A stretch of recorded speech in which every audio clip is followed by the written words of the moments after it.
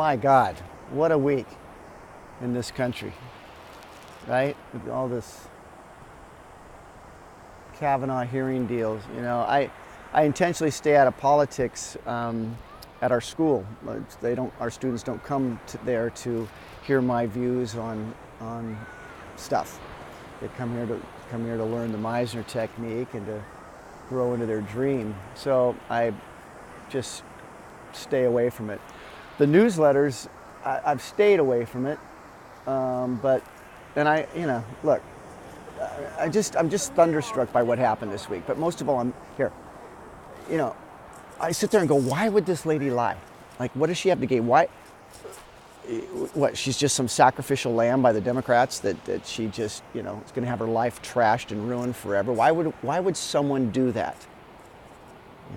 Because one of those two people are lying. She's either lying or he's either lying. I mean, there it is, bottom line.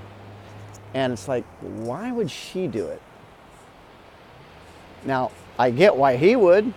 He's doing everything he can to save his ass, right? He has every reason in the world to lie. And I can't really understand what hers would be.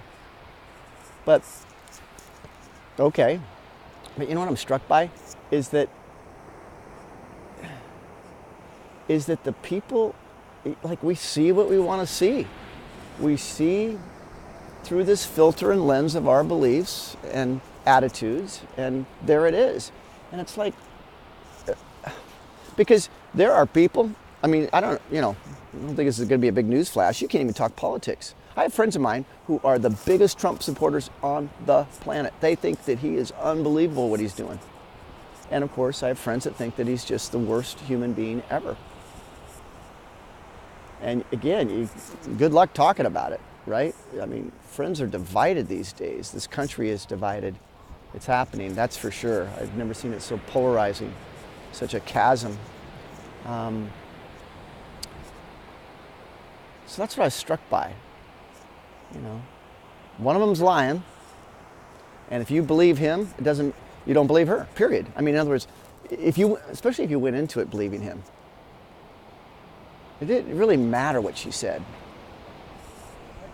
And of course, if you think that, anyway, so what's the point? For me, it's like,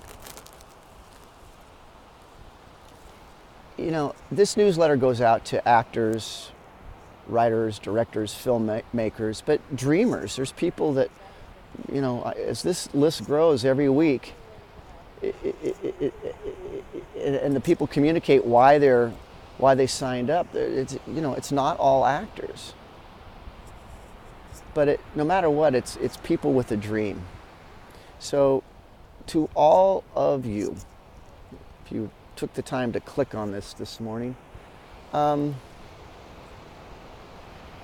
think the takeaway from this experience is, from this week of politics in our country and people's opinions, it's like, I'm sure there are people that think what you're doing is crazy, that this dream is crazy, that it's insane. But they're looking at it through their lens, through their filter, through their belief systems, through what they think you should do. I can't tell you how many people I interview. And you know what they tell me? That they did what they thought they were supposed to do. They went to college, they got a degree, they did these things, and there's nothing wrong with that, of course. But here they are in their career, and they're making all kinds of money, and they're doing all kinds of things. You have to appreciate too, I'm in the Bay Area is just the tech world, right? So all these upstart companies and tech gazillionaires and blah, blah, blah. And so all these people that work for these companies are doing great, they're making great money, and they're miserable, absolutely miserable. And they want to be happy, which, duh. So,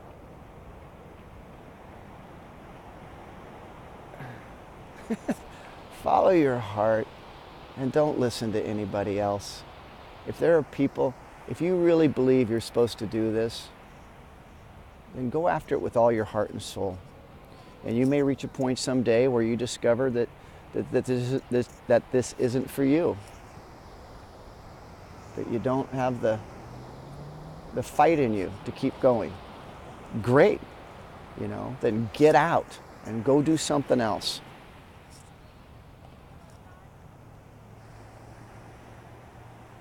Go find the thing that you're really put on this earth to do, that you won't quit. I'm thunderstruck by this. I've been doing this 31 years, and I'm thunderstruck by my blessed career. How blessed I am to have made such a beautiful living at my dream. I've had some lean years, there's no doubt, trust me.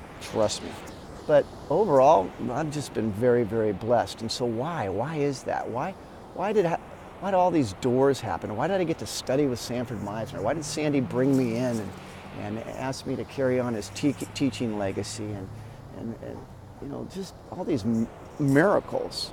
And I honestly believe it's because I am truly doing what I'm supposed to be doing.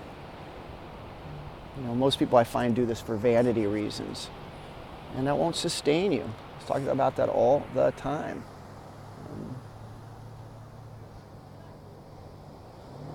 So go after this.